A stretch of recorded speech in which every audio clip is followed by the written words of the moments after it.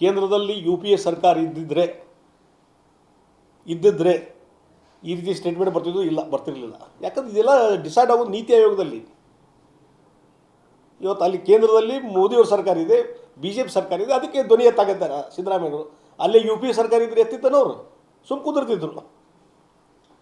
ಕೇವಲ ರಾಜಕಾರಣ ಮಾಡೋದು ಸಲ ಮಾಡೋಕ್ಕೆ ಹೋಗಬೇಡ್ರಿ.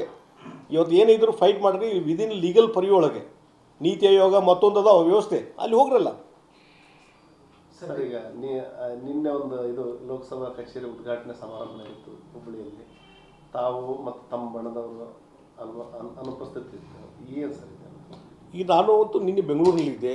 ನಾನು ಬೆಂಗಳೂರಿಗೆ ಬರೋಕ್ಕಾಗೋದಿಲ್ಲ ಅಂತ ಹೇಳಿದ್ದೆ.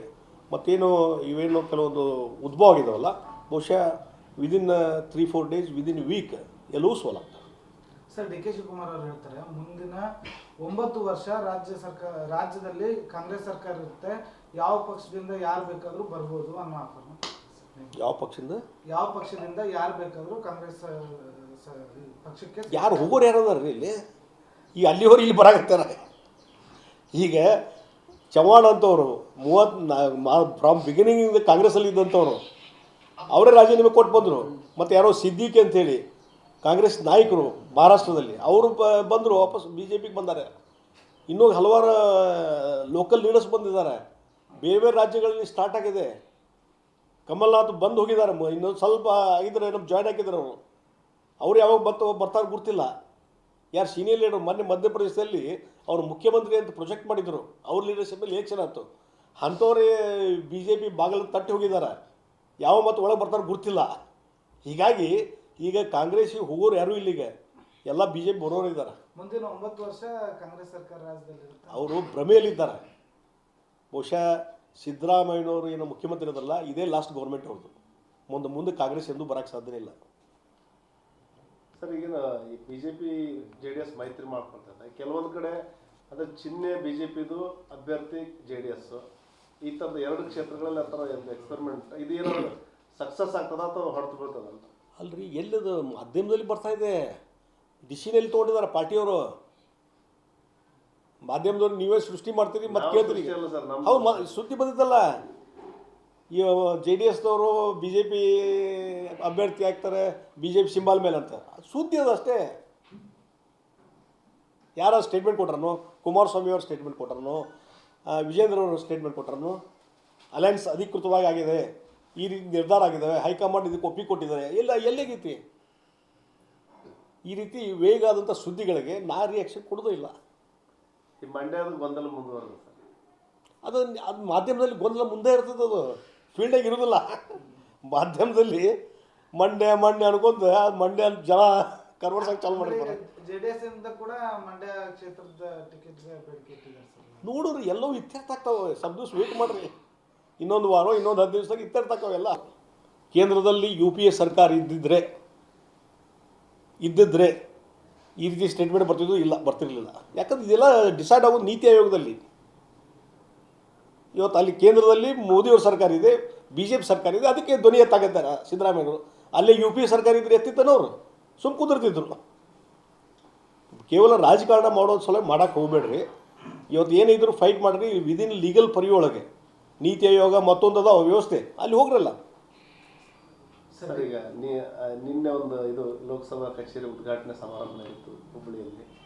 ತಾವು ಮತ್ತು ತಮ್ಮ ಬಣದವರು ಅನುಪಸ್ಥಿತಿ ಇತ್ತು. ಏನು ಸರ್ ಇದೆ? ಈಗ ನಾನು ಅಂತೂ ನಿನ್ನೆ ಬೆಂಗಳೂರಿನಲ್ಲಿದ್ದೆ. ನಾನು ಬೆಂಗಳೂರಿಗೆ ಬರೋಕ್ಕಾಗೋದಿಲ್ಲ ಅಂತ ಹೇಳಿದ್ದೆ. ಮತ್ತೇನು ಇವೇನು ಕೆಲವೊಂದು ಉದ್ಭವ ಆಗಿದಾವಲ್ಲ, ಬಹುಶಃ ವಿದಿನ್ 3-4 ಡೇಸ್, ವಿದಿನ್ ವೀಕ್ ಎಲ್ಲವೂ ಸೋಲ್ ಆಗ್ತದೆ. ಸರ್, DK ಶಿವಕುಮಾರ್ ಅವರು ಹೇಳ್ತಾರೆ ಮುಂದಿನ 9 ವರ್ಷ ರಾಜ್ಯದಲ್ಲಿ ಕಾಂಗ್ರೆಸ್ ಸರ್ಕಾರ ಇರುತ್ತೆ, ಯಾವ ಪಕ್ಷದಿಂದ ಯಾರು ಬೇಕಾದರೂ ಬರ್ಬೋದು ಅನ್ನೋ ಆಫರ್. ಯಾವ ಪಕ್ಷದಿಂದ ಯಾರು ಬೇಕಾದರೂ ಕಾಂಗ್ರೆಸ್ ಪಕ್ಷಕ್ಕೆ ಯಾರು ಹೋಗೋರು ಯಾರದಾರ್ರಿ ಇಲ್ಲಿ? ಈಗ ಅಲ್ಲಿವರೆಗೆ ಇಲ್ಲಿ ಬರಾಕತ್ತಾರ. ಈಗ ಚವ್ಹಾಣ್ ಅಂತವರು ಫ್ರಮ್ ಬಿಗಿನಿಂಗ್ ಕಾಂಗ್ರೆಸ್ಸಲ್ಲಿ ಇದ್ದಂಥವ್ರು ಅವರೇ ರಾಜೀನಾಮೆ ಕೊಟ್ಟು ಬಂದರು. ಮತ್ತು ಯಾರೋ ಸಿದ್ದಿಕಿ ಅಂಥೇಳಿ ಕಾಂಗ್ರೆಸ್ ನಾಯಕರು ಮಹಾರಾಷ್ಟ್ರದಲ್ಲಿ ಅವರು ಬಂದರು, ವಾಪಸ್ BJPಗೆ ಬಂದಾರೆ. ಇನ್ನೂ ಹಲವಾರು ಲೋಕಲ್ ಲೀಡರ್ಸ್ ಬಂದಿದ್ದಾರೆ. ಬೇರೆ ಬೇರೆ ರಾಜ್ಯಗಳಲ್ಲಿ ಸ್ಟಾರ್ಟ್ ಆಗಿದೆ. ಕಮಲ್ನಾಥ್ ಬಂದು ಹೋಗಿದ್ದಾರೆ. ಇನ್ನೊಂದು ಸ್ವಲ್ಪ ಆಗಿದ್ರೆ ನಮ್ಮ ಜಾಯ್ನ್ ಆಗಿದ್ದಾರೆ ಅವರು ಯಾವಾಗ ಬರ್ತಾರೆ ಗೊತ್ತಿಲ್ಲ. ಯಾರು ಸೀನಿಯರ್ ಲೀಡರ್ ಮೊನ್ನೆ ಮಧ್ಯಪ್ರದೇಶದಲ್ಲಿ ಅವರು ಮುಖ್ಯಮಂತ್ರಿ ಅಂತ ಪ್ರೊಜೆಕ್ಟ್ ಮಾಡಿದರು, ಅವ್ರ ಲೀಡರ್ಶಿಪ್ಪಲ್ಲಿ ಎಲೆಕ್ಷನ್ ಆಯ್ತು. ಅಂಥವ್ರೇ ಬಿ ಜೆ ಪಿ ಬಾಗಿಲು ತಟ್ಟಿ ಹೋಗಿದ್ದಾರೆ, ಯಾವ ಮತ್ತು ಒಳಗೆ ಬರ್ತಾರೆ ಗೊತ್ತಿಲ್ಲ. ಹೀಗಾಗಿ ಈಗ ಕಾಂಗ್ರೆಸ್ಸಿಗೆ ಹೋಗೋರು ಯಾರೂ ಇಲ್ಲಿಗ, ಎಲ್ಲ ಬಿ ಜೆ ಪಿ ಬರೋರು ಇದ್ದಾರೆ. ಮುಂದಿನ 9 ವರ್ಷ ಕಾಂಗ್ರೆಸ್ ಸರ್ಕಾರ ರಾಜ್ಯದಲ್ಲಿರುತ್ತೆ. ಅವರು ಭ್ರಮೆಯಲ್ಲಿದ್ದಾರೆ. ಬಹುಶಃ ಸಿದ್ದರಾಮಯ್ಯನವರು ಏನೋ ಮುಖ್ಯಮಂತ್ರಿ ಇದಾರಲ್ಲ, ಇದೇ ಲಾಸ್ಟ್ ಗೌರ್ಮೆಂಟ್ ಅವ್ರದ್ದು. ಮುಂದೆ ಕಾಂಗ್ರೆಸ್ ಎಂದೂ ಬರೋಕ್ಕೆ ಸಾಧ್ಯನೇ ಇಲ್ಲ. ಸರ್ ಈಗಿನ ಈ BJP JDS ಮೈತ್ರಿ ಮಾಡ್ಕೊಳ್ತದೆ, ಕೆಲವೊಂದು ಕಡೆ ಅದು ಚಿಹ್ನೆ BJPದು ಅಭ್ಯರ್ಥಿ JDS, ಈ ಥರದ 2 ಕ್ಷೇತ್ರಗಳಲ್ಲಿ ಆ ಥರ ಎಕ್ಸ್ಪೆರಿಮೆಂಟ್ ಇದು ಏನಾದ್ರು ಸಕ್ಸಸ್ ಆಗ್ತದ ಅಥವಾ ಹೊರತು ಬೀಳ್ತದಂತ?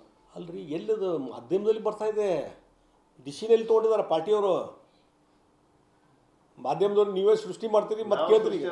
ಹೌದು, ಸುದ್ದಿ ಬಂದಿದ್ದಲ್ಲ, ಈ JDSದವರು BJP ಅಭ್ಯರ್ಥಿ ಆಗ್ತಾರೆ BJP ಸಿಂಬಲ್ ಮೇಲೆ ಅಂತ. ಸುದ್ದಿ ಅದು ಅಷ್ಟೇ.